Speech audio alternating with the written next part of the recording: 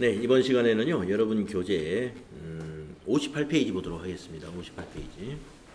자, 앞 시간에서 이제 회계의 순환 과정을 정리했고요. 자, 제 3절에서는 재무상태표와 손익계산서 이야기입니다. 자, 재무상태표는 알다시피 자산, 기업이 소유하고 있는 자산과 타인에게 갚아야 할 부채, 여러분 부채가 타인에게 갚아야 된다는 거 아시죠? 부채, 그리고 자산에서 부채를 차감한 것을 우리가 자본이라고 해요. 자산에서 부채를 차감한 것을 자본이라고 그러죠. 이렇게 나누어지고 있습니다. 그래서 재무상태표 등식은 지금까지도 여러 번 말씀을 드렸습니다마는 재무상태표 등식은 자산은 부채 플러스 자본입니다 하는 거. 네. 그래서 문제에서 말이죠. 자산이 5억입니다 알려주고 자산이 5억이고 부채가 2억입니다 했어요. 자본이 얼마입니까? 그러면 5억에서 2억 빼서 자본은 3억이다. 이렇게 구할 수 있어야 되겠다. 그래서 자본 등식도 나올 수가 있어요. 자본 등식 하면은 자산에서 부채를 뺀 것을 자본이라 한다 이겁니다. 네. 그래서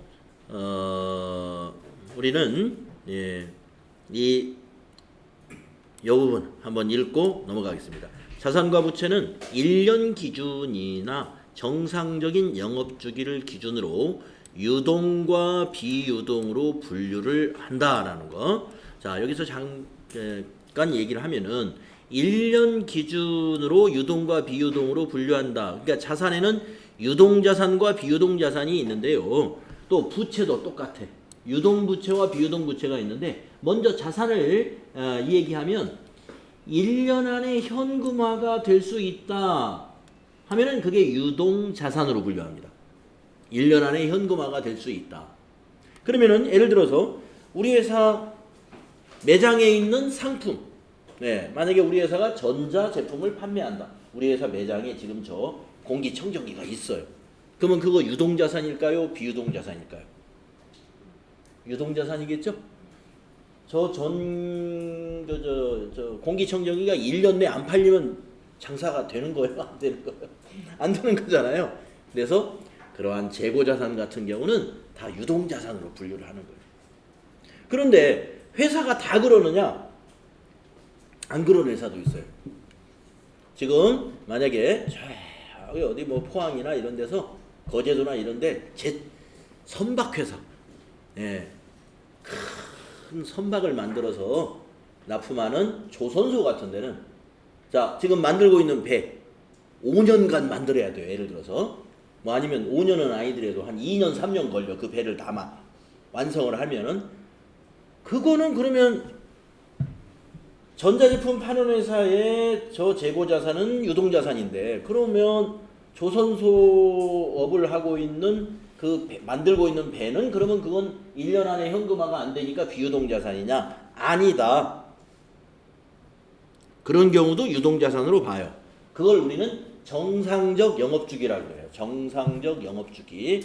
업종에 따라서 도소매업 같은 경우는 1년 안에 다 현금화가 돼요. 그런데 일반 제조업도 현금화가 돼요. 뭐 여러분들 뭐 이런 계산기를 만드는 회사다. 이거 만들어서 그 가게에 내서 파는데 1년씩이나 걸릴까요? 금방 만들어요.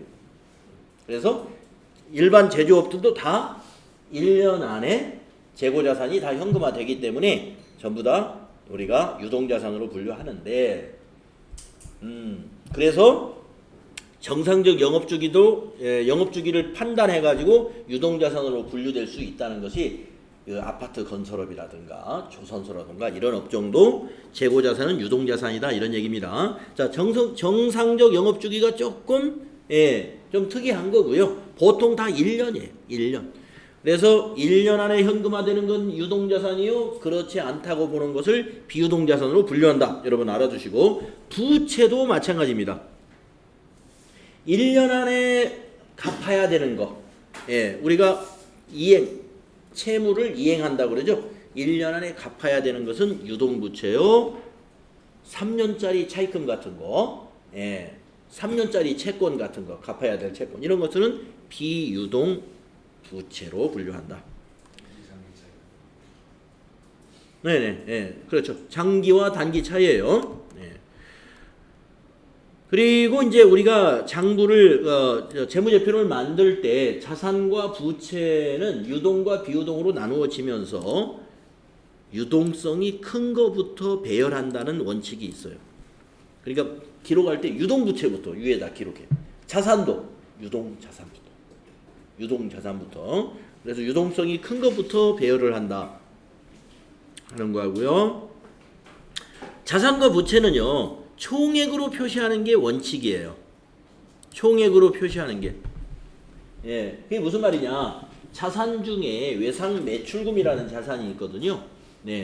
자, 나라는 회사가 있고 옆에 다른 회사가 있어요. 우리 회사하고 옆에. 근데 우리 회사 상품을 저쪽 다른 회사에다가 외상으로 팔면 그게 외상 매출금이고, 그 외상 매출금은 우리가 받아야 될 권리가 있기 때문에 우리 회사의 자산이 됩니다. 그런데 우리 회사가 파는 것도 있지만 또 저 회사에서 우리가 사와야 되는 것도 있어요. 그러니까 매출 매입 거래처야. 매출 거래처이기도 하고 우리가 그 회사의 상품을 사오기도 해. 그러면 매입 거래처가 돼요. 그러면 우리도 거기 회사하고 외상 거래를 할 수가 있죠. 우리 회사도 외상 주니까 그 회사도 우리한테 외상을 줄 수 있겠죠? 서로 상호간에 신용 거래. 그러면 우리도 외상 매입금이 생겨. 외상 매입금은 부채가 돼요. 외상 매입금은 갚아야 될 의무니까. 그러면 우리 회사가 저 회사한테 외상으로 매출한 게 500만 원이 있어요. 500만 원이 이번 달에. 그리고 저 회사에서 우리가 외상으로 매입한 게 200만 원이 있어요. 200만 원. 그러면 이걸 퉁쳐가지고 우리가 외상 매출금을 500이라고 하지 말고 그냥 300이라고 기록하고 외상 매입금은 빼버려. 표시하지 말자. 이게 상계 처리하는 방식이에요. 상계한다. 퉁쳐서 표시한다. 그런데 원칙은 어떻게 한다? 상계 표시하지 않는다. 총액으로 표시하는 게 원칙이다 하는 겁니다. 원칙이라는 건 뭐예요? 예외가 있기는 있다 이런 뜻입니다. 그러니까 만약에 보기에 반드시 총액으로 표시해야 된다. 이 말은 틀린 거예요. 총액으로 표시하는 게 원칙이다. 이게 맞는 겁니다. 그래서 원칙을 알아두시면 돼요.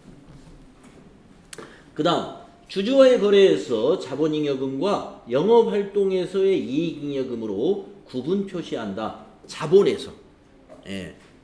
요거는 뭐 뒤에서 또 정리할 거니까. 자, 요 정도 읽어보고 넘어가면 되겠습니다. 그래서 재무상태표의 기본 구조는 여기에 나와 있어요. 이 그림이 재무상태표의 기본 구조가.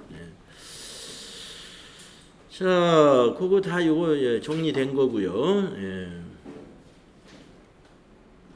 그 다음에 괄호 2번에 자산과 부채의 유동성과 비유동성의 구분 이미 앞에서 설명한 겁니다.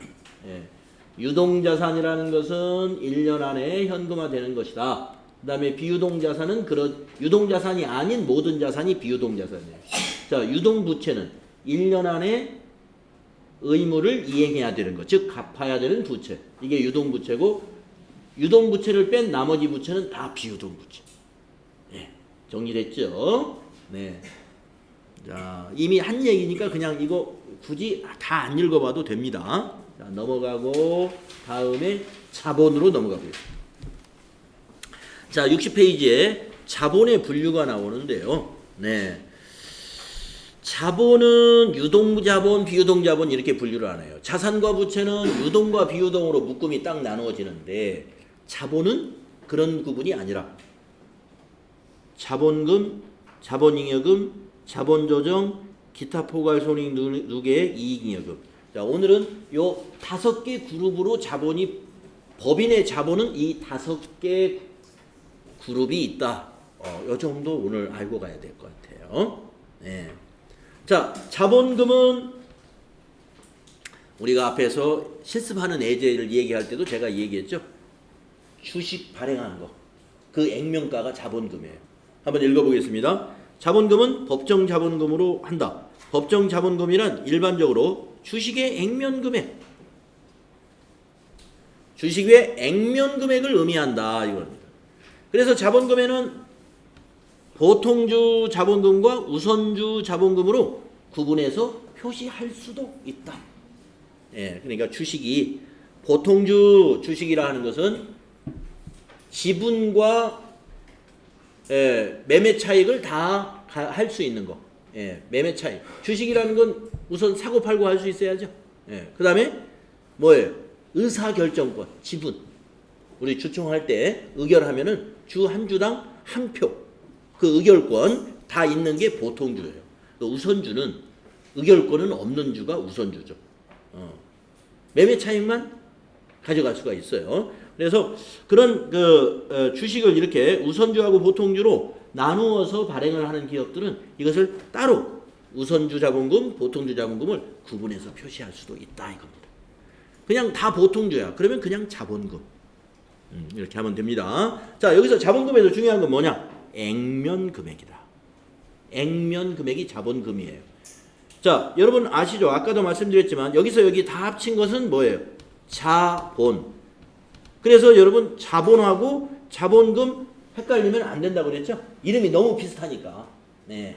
자본 하면은 요 5가지 다 합쳐야 자본. 자본금 하면은 발행한 주식의 액면금액. 자, 그 다음에 자본잉여금을 보겠습니다. 자본잉여금은 이렇게 설명하죠. 자본잉여금은 증자나 감자 등 주주와의 거래에서 발생하여 자본을 증가시키는 잉여금이다.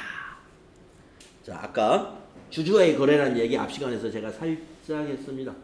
자, 증자나 감자를 얘기해 볼까요? 증자, 자본금을 증가시키는 걸 증자라고 합니다. 자본금을 증가시키려면 어떻게 해야 돼요? 주주를 모집해야 자본금이 증가됩니다. 주주를 모집해야 돼요. 예. 그 다음에 감자는 어떻게 되느냐?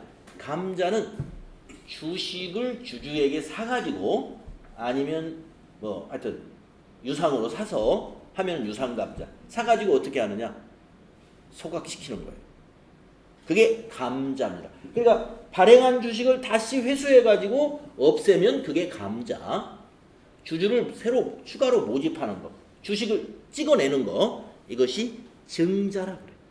그래서 유상으로 증자한다. 그러면 돈을 받고 주식을 파는 거니까 유상증자. 무상으로 증자하는 것도 있어요. 주주들한테 주식을 그냥 줘요. 네, 그걸 무상증자 이렇게 해서 유상증자, 무상증자. 감자에도 주주들에게 주식을 사서 소각하면 유상감자, 주주들에게 주식을 일방적으로 추첨해서 결의해가지고 20% 감자하겠습니다 하고 통지서 쫙 보내고 수량을 딱 줄여버려요. 100주 가지고 있던 주주가 갑자기 80주가 되는 거예요. 그것을 무상감자. 돈을 지불하지 않고 감자하는 거죠. 이런 식이죠. 그래서 이런 증자나 감자를 할 때 이 잉여금이 뭐예요? 남는 돈이죠. 남는 돈이 자본잉여금이에요. 왜 돈이 남을까요? 주식의 액면금액은 5,000원인데 증자할 때 주식을 2만 원에 팔았어요.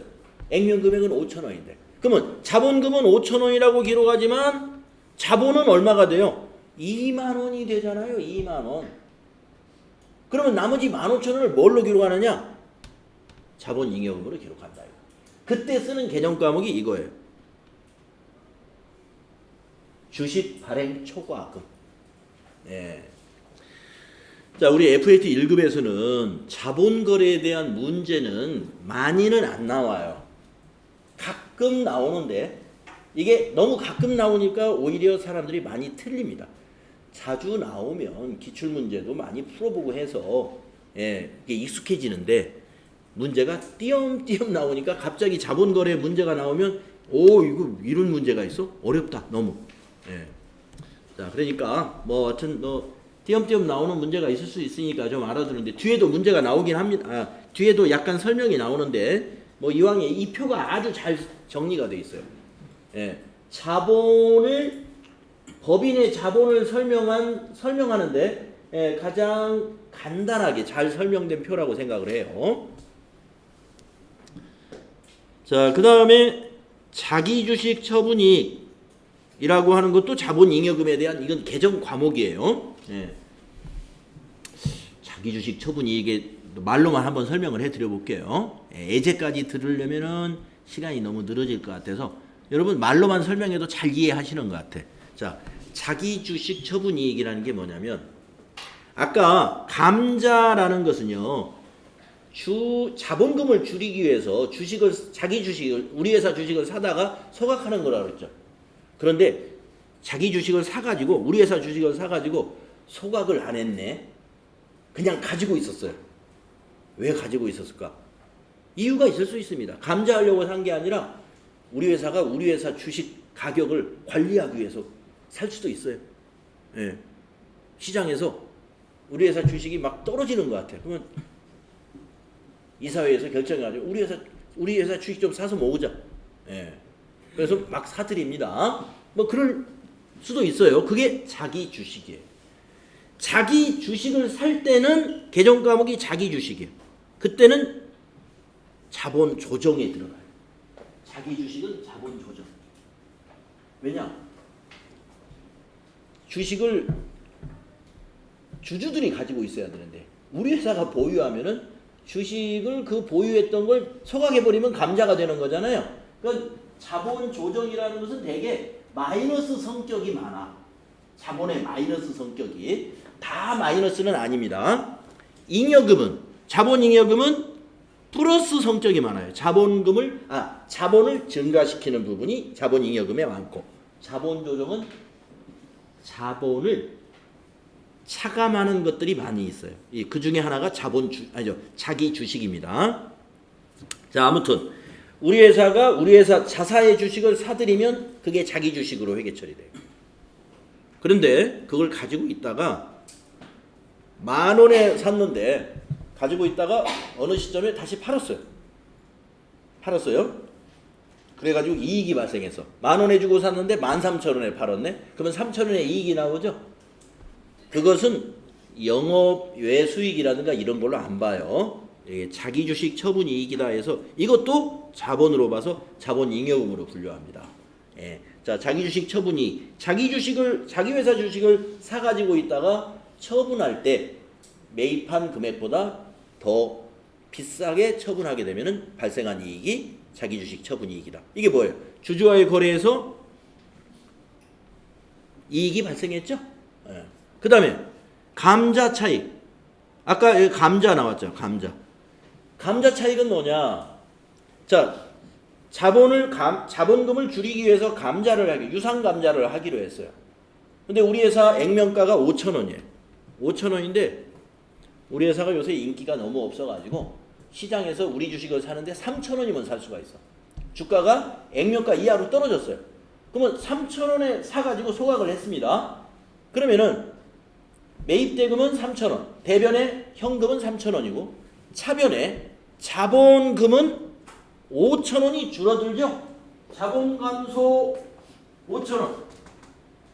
왜? 항상 자본금은 액면가로 계산을 하니까요. 액면가로. 자, 분계를 한번 써보면은 잠시 써보면 자, 지금 얘기한 대로 우리 회사가 액면가가 주식이 한 주에 5,000원인데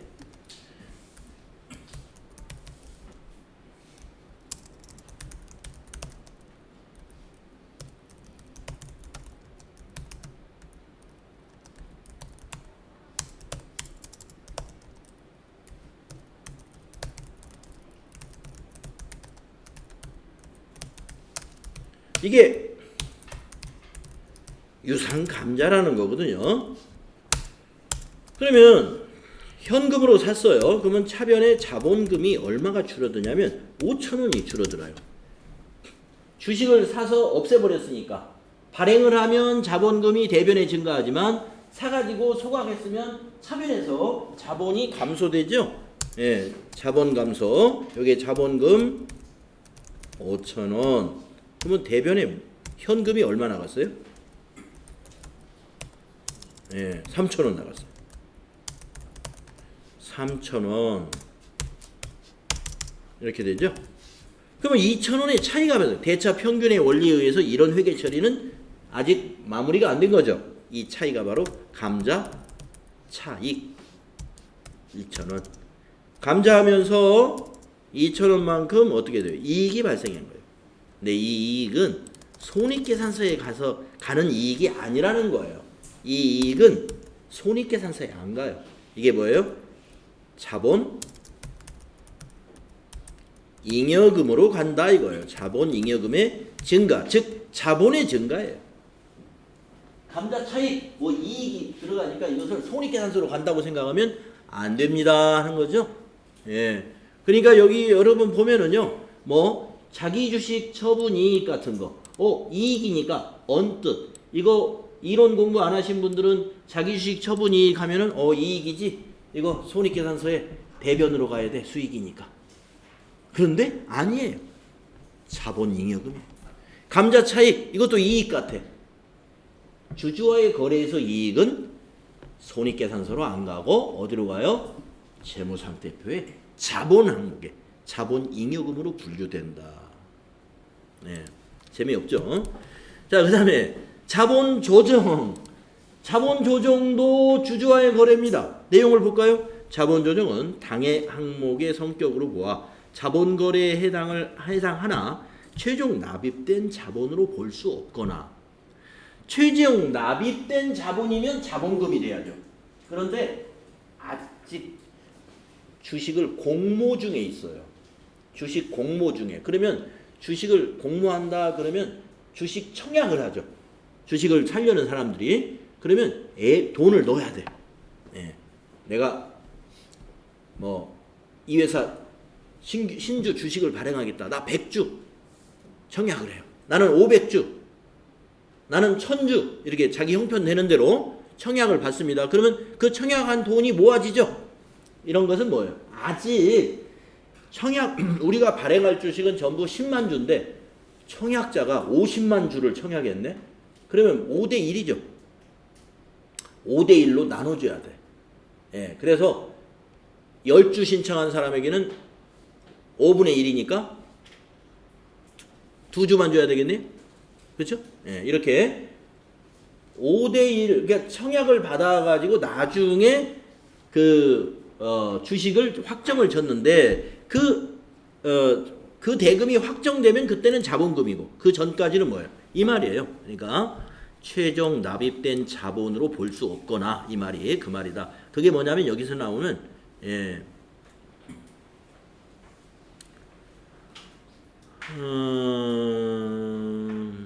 아직 여기에 그게 주식 청약에 관한 개정 과목은 여기 나열을 안 했네요. 여기 밑에 예제에는 그런 부분이 있고, 그 다음에 자본의 가감 성격이다.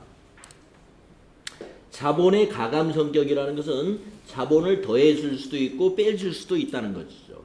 그래서 우리가 자본이 가감이라는 건 요 개정 과목이 차변에 오면 자본 감소요, 대변에 가면 자본 증가가 되는 겁니다. 네. 그래서 가감 성격인데 주로 자본 조정은 차감의 성격이 더 많아요. 그래서 자본금이나 자본 잉여금으로 분류할 수 없는 항목은 전부 다 자본 조정이다. 예를 들면 자기 주식, 자기 주식을 샀어요. 그러면 이게 자기 주식이 차변에 오거든요. 그러니까 자본 감소예요. 한번 예를 들어볼까요? 자기 주식을 샀다. 그러면 이런 얘기가 되잖아요. 당사는 당사 주식 한 주 액면가 5,000원 한 주를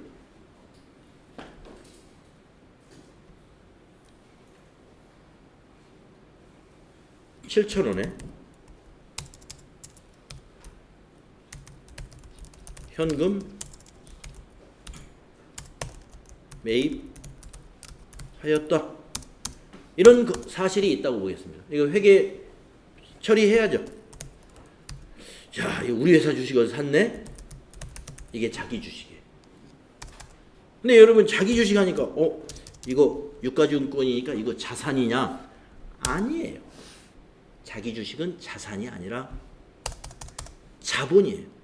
자본. 차변에 적었으니까 자본의 감소. 자기 주식은 지금 우리 자본 조정 항목이에요. 자본 조정 항목. 예. 자기 주식 대변은 현금으로 샀죠. 현금 7,000원. 예. 이게 자산 감소죠. 자, 거래후 결합 관계 맞죠? 예. 이런 관계. 자본 감소, 자산 감소. 거래후 결합 관계에 맞는 거죠. 그래서 자기 주식이라는 개념 과목이 언제 나타나느냐? 이런 식으로 나타난다. 이런 식으로. 그러니까 자본 조정 개념 과목을 여러분이 앞으로 이제 어떤 예제에서 많이 나오진 않는데 나올 때 보면은 대부분 차변 쪽에 나와요. 요거는. 그런데 자본 잉여금은 대부분이 아니라 100%. 아니구나. 이것도 차변에 올 수가 있어요. 차변에 올 수 있는데 처음에 발생했을 때는 다 대변에서 발생해. 왜냐하면 잉여금이니까. 근데 이 잉여금이 차변에 올 때도 있어요. 이걸 갖다 딴 데로 대체할 때가 있거든요. 그게 뭐냐? 예를 들면 여기 있는 주식 발행 초과금하고 여기 있는 주식 발행 초과금하고 이쪽에 한번 볼까요? 자본 조정해 보면 성격이 같은 것이 요게 있어요. 주식 할인 발행 차금. 요 두 개는 서로 상대적인 개정 과목이에요. 주식을 발행할 때 액면가보다 높게 발행할 때는 주식 발행 초과금이라는 것이 대변에 나타나고 주식을 발행할 때 액면가보다 낮게 발행을 하면 주식 할인 발행 차금이라는 것이 차변에 나타나게 돼 있습니다. 그러면 우리 회사가 3년 전에 주식을 발행할 때는 액면가보다 높게 발행할 수 있는 여건이 되어서 주식 발행 초과금이 5억이 발생돼 있는데 3년 후인 올해는 여건이 나빠져가지고 주식을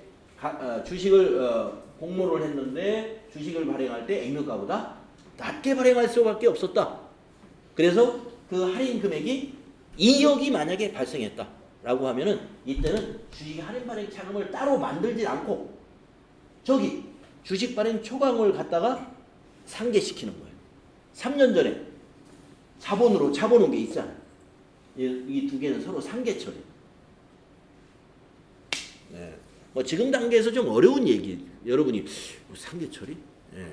하여튼 좀 그런 일이 있구나 하는 정도만 알면 될 것 같아요. 자, 그래서 자본 조정까지 개정 과목들 여러 개가 있는데 자, 자본 조정 개정 과목하고 비교되는 것끼리만 좀 기억을 하면 더 좋겠네요. 주식 발행 초과금, 주식 할인 발행 차금. 또 여기 있는 자기 주식 처분 이익하고 여기 있는 자기 주식 처분 손실. 서로 두 개가 비교되죠. 그 다음에 여기 자본 잉여금에 있는 감자 차익하고 여기 자본 조정에 있는 감자 차손하고 이렇게 서로 비교가 되죠. 비교되는 것끼리 짝을 이루어서 세 셈만 기억을 해줘도 뭐 여러분이 문제 푸는데 큰 도움이 될 수가 있습니다. 큰 도움이 될 수가 있어요. 자, 이 세 가지 여기까지는 뭐다? 자본거래다 이렇게 말해요. 자본거래. 즉 다른 말로 주주와의 거래이다. 주주와의 거래에서 발생하는 개정 과목들입니다. 주주와의 거래에서 발생하는 개정 과목들. 자, 그 다음에 기타 포괄 손익 누계액. 이름이 엄청 길죠. 기타 포괄 손익 누계액은 어떤 것인가? 당기 순이익에 포함되지 않는 평가 손익을 말합니다. 우리가 조금 전에 결산 수정 분계 얘기할 때 평가라는 말을 제가 살짝 썼어요. 단기 매매증권 뭐 이런 거 주식 회사가 보유하고 있는 주식을 시가를 기준으로 평가를 한다고 그랬죠. 만약에 삼성전자 주식을 우리 회사가 취득을 7월 달에 했다. 그러면 결산 시점에 그것이 얼마냐? 바로 자산을 맞춰줘야 돼요. 그런데 그 삼성전자 주식을 우리가 단기간의 매매 차익을 목적으로 구입했다면 그 그 자산은 개정 과목을 단기 매매증권이라고 하는 거 다음 시간에 배울 거예요. 그걸로 회계 처리를 하거든요. 그런데 삼성전자 주식을 우리는 단기 매매 차익을 노리는 게 아니야. 장기적으로 보유하면서 내가 팔고 싶으면 그러나 팔 거야. 그런데 우리는 삼성전자가 매년 배당을 하니까 우리 회사는 배당금 수익이라는 영업의 이익을 내기 위해서 우리는 보유하는 거다. 네. 그러면은 그건 단기 매매 증권이 아니에요. 삼성전자 주식 언제 팔지 몰라. 그것을 우리는 매도 가능 증권이라는 개정 과목으로 쓰거든요. 이제 앞으로 배우게 될 거예요. 그런데 여기 보세요. 그게 이제 평가손익이에요. 평가손익. 자, 그런 목적으로 장기간에 걸쳐서 투자할 목적으로 삼성전자 주식을 우리 회사가 보유하고 있다면 그것은 매도 가능 증권인데 그것도 해마다 결산할 때는 어떻게 해야 돼요? 평가를 합니다. 평가를. 그러면은 장부 금액보다 높아졌으면 평가 이익이 발생하고 장부 금액보다 떨어졌으면 평가 손실이 나오겠죠? 그게 여기 나오는 이거예요. 매도 가능 증권 평가 손익이라고 하는 거예요. 여기 뒤에 손익이라는 말은 손실이거나 이익이다. 두 개의 개정 과목을 하나로 묶어서 손익 이렇게 표현합니다. 그래서 매도 가능 증권 평가 손실과 매도 가능 증권 평가 이익을 합친 말이에요. 이것은 어디로 안 간다? 손익계산서로 안 간다. 뭐로 간다? 자본이다. 자본. 단기의 손익으로 보지 않습니다. 평가를 하기는 하는데 단기의 손익에 반영을 안 해요. 반영을 안 하는 게 왜 안 하느냐? 단기 매매증권은 평가를 해서 그냥 손익에 반영해도 사실에 가깝습니다. 왜냐? 내년에 팔더라도 거의 그 가격으로 팔려요. 그런데 이 매도 가능 증권은 아까 말씀드린 대로 언제 팔지 몰라. 해마다 배당금 받아먹을 목적이란 거예요. 그러니까 처분 이익이 실현이 언제 될지 모르는 거예요. 그러니까 평가를 해놓긴 해놓는데 그 기간에 수익이나 비용으로 안 잡는 거예요. 왜냐하면 실현이 안 되는 거기 때문에. 먼 후에 실현을 해요. 먼 후에. 그래서 일단 기타 나중에 손익으로 실현된다 이 말입니다. 처분은 언젠가는 처분할 거 아닙니까? 나중에 손익에 가긴 가지만 아직은 너는 손익계산서에 갈 수 없어. 이게 기타 포괄 손익 누계액이에요. 결국에는 손익으로 갈 거예요. 그러나 유보시켜놓는 거예요. 그 이익을. 그걸 자본에 넣어놓는 거예요. 그게 기타 포괄 손익. 시험에 가장 많이 나오는 게 매도 가능 증권 평가 손익. FAT 1급에서는. 이거 외에도 몇 가지가 더 있긴 하지만 요거는 매우 중요합니다. 매도 가능 증권 평가 이익은, 평가 손익은. 이건 시험에 많이 나와요. FAT 1급에서요. 자, 그거 외에도 이런 성격을 가진 것들이 이 평가 손익이 이거 있어요. 해외 사업을 한화로 환산하면서 발생한 손익. 예. 해외 사업을 하나로 환산한다는 게 무슨 말인지 이해가실 수 있을 거예요. 예. 만약에 우리 회사 지점이 미국에 있다. 그러면 그 미국에 우리 회사 자산이 있을 거 아닙니까? 그 자산이 우리 회사의 재무제표에 하나로 표시된단 말이에요. 환율이 해마다 다르니까 결산할 때마다 환율에 따라서 자산이 조금 많아지기도 하고 적어지기도 하고 그러겠죠. 근데 그 자산 금방 처분할 겁니까? 그러면 회사 정리한다는 얘기인데 언제 실현될지 몰라요. 그러니까 이것도 역시 해외 사업을 환산하는 손익도 단기의 손익계산서에 안 가요.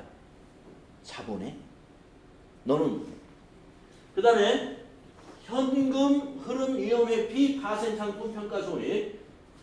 이거는 이제 우리가 무역 거래에서 현금 거래의 위험을 회피하기 위해서 여러 가지 거래 대금 결제 방식이 여러 가지가 뭐 선물 거래라든가 이런 거래 형태가 있어요. 그러한 어떤 상품을 선택함으로써 평가해 보니까 실제 시장 가격하고 우리가 계산한 가격하고 비교해 보니까 손실이나 이익이 날 수가 있거든요. 그런 부분을 얘기하는 거예요. 예, 시험에는 거의 안 나옵니다. 그 다음에 재평가 잉여금. 네, 가끔 나오는데 이 재평가. 자, 전부 다 이게 평가예요. 평가. 근데 이 재평가 잉여금은 뭘 평가한 거냐? 앞에 말이 없어서 뭔지 모르겠죠. 예. 유형자산. 그냥 자산이죠, 자산. 그러니까 유형자산의 대표적인 게 뭘까요? 토지, 건물 이런 거예요. 토지, 건물. 재평가 잉여금. 예. 그래서 자, 유형자산이라는 건 여러분 투자자산하고는 다릅니다. 투자자산은 평가 안 해요.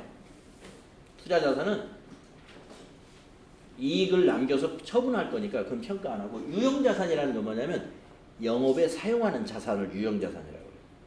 그러니까 우리 회사가 만약에 제조업이다 그러면 공장을 짓기 위한 토지 이런 게 유형자산, 영업소로 사용하고 있는 건물 이런 게 유형자산인 건물인 거예요. 근데 그것을 우리가 하려고 하는 건 아니지만 건물을 지어놨는데 그 땅이 계속 오르네. 2천에다가 영업소 건물을 하나 지어놨는데 지을 때는 그게 땅값 1억에다가 건물이 5억이어서 6억이었어요. 그런데 한 5년 지나고 보니까 땅값이 1억이 아니라 10억이 됐네. 근데 건물값은 뭐 5년 돼가지고 그대로 6억이라 하지만 땅값은 9억이나 올랐어. 그러면은 그만큼이 어떻게 돼요? 자산이 늘어난 거죠.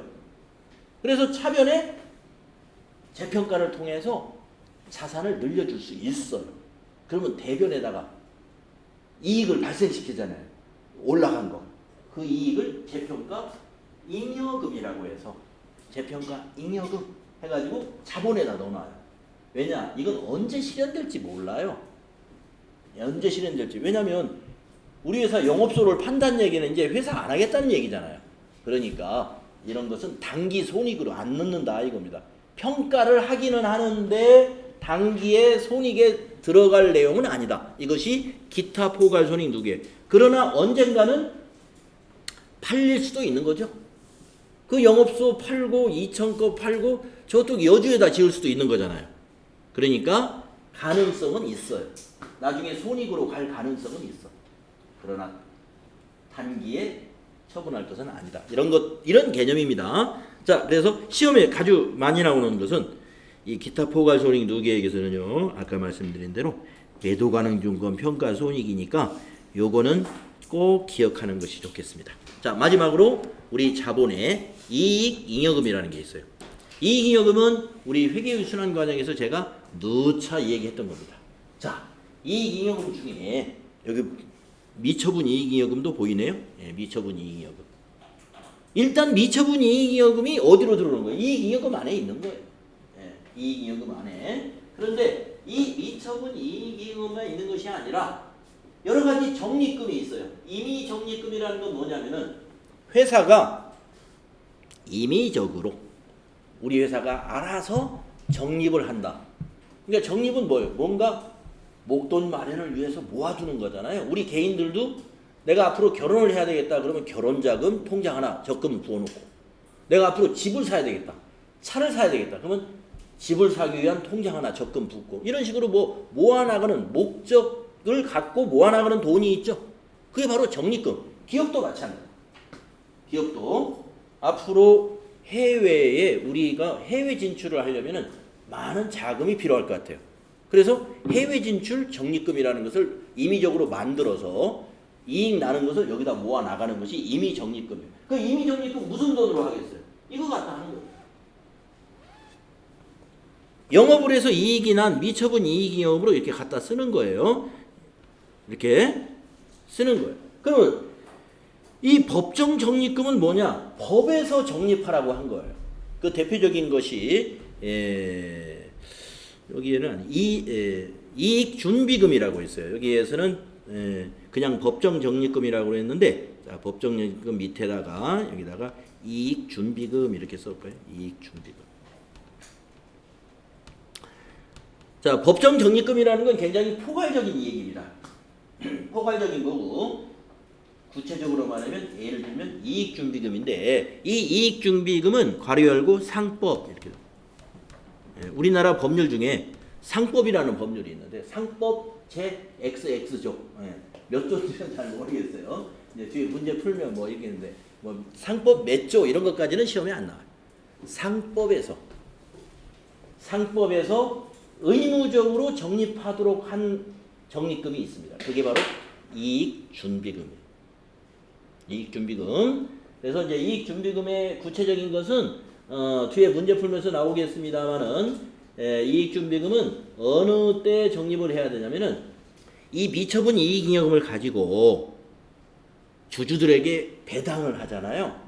그 중에 현금 배당을 만약에 1억을 한다 그러면 1억의 10분의 1, 즉 10%. 1억의 10%는 의무적으로 이익준비금으로 적립을 시켜놔야 돼. 그러니까 1,000만 원은 이익준비금으로 적립시켜야 돼. 예. 1억 배당하려면 1,000만 원 적립해라. 예. 왜냐면 이 법인이 말이죠. 전부 이익을 전부 주주들이 배당해요. 그러니까 뭐 우리가 이제 가장 뭡니까? 이 규모가 작은 법인의 경우에 우리 회사 돈을 내가 합리적으로 가져갈 수 있는 방법이 뭐예요? 이 결산해서 이익 난 거 전부 100% 배당하면 돼요. 그러면 다 사장님 돈이 돼. 예. 그러면 그게 합리적인 거예요. 아무 문제 없어요. 100% 배당. 그런데 100% 배당할 때 어떻게 해야 돼요? 이익이 그러면 이익잉여금이 항상 없겠죠. 미처분 이익잉여금 생겼다가 100% 배당 해서 대표이사 배당으로 다 털어버리면 제로. 그러면 회사가 나중에 이익잉여금이 항상 제로가 되니까 법인이 가지고 있는 어떤 의무나 이행을 못할 수가 있어. 그래서 상법에서 배당 좋아. 그런데 10%씩은 적립해. 그게 이익준비금. 그러면 이번에 사장님한테 2억을 배당해 주려. 그러면 2억 배당할 때 2천만 원. 2천만 원은 이익준비금으로 남겨놔야 된다. 이거. 아시겠죠? 네. 자, 그러면 이 이익잉여금의 핵심은 뭐냐? 이게 바로 어디서 왔다? 영업 성과에서 얻어진 이익이다. 이거. 영업 성과 이익. 영업성과 이익, 이것이 이익잉여금입니다. 이 영업성과 이익이 이익잉여금 안에 있는 것들이 아까 말씀드린 이익준비금이나 임의적립금이나 미처분 이익잉여금이에요. 그래서 우리가 지금 우리 국내에서도 잘 나가는 대기업들은 이 이익잉여금이 뭐 수백조가 쌓여 있다 뭐 이런 이 얘기가 있죠. 그 회사 재무제표가 있으니까 그 회사 재무제표에 이익잉여금이 얼마인지 더해보면 알죠. 뭐 수백조가 있는지. 예. 자, 그래서 우리는 이제 우리 그 국내 우리 정부에서는 이 대기업들의 이익잉여금을 가능한 한 좀 투자해, 다시 재투자해가지고 국내 투자를 좀 활성화시켜서 경제 성장을 가져오려고 대기업을 만나보고 뭐 대통령이 만난다, 장관이 만난다 그러는 게 뭐예요? 예, 이것 좀 풀어서 어떻게 급여를 좀 올리든지 아니면 공장을 하나 더 짓든지 사람을 더 채용하든지 좀 해봅시다 하는 거 아니겠어요? 자, 자본에 대한 분류까지 하니까 시간이 다 됐군요. 그래서 네, 뭐 중요한 내용. 자본에 대한 설명을 다음 기회에 별로 할 기회가 없을 것 같아. 그래서 오늘 세 번째 시간은 주로 자본의 분류 이 5가지에 대한 설명이었다. 예. 이거 자본에 대한 설명을 뒤에서는 그렇게 많이 설명할 기회가 없습니다. 자, 오늘 여러분 여기까지 하고요. 네.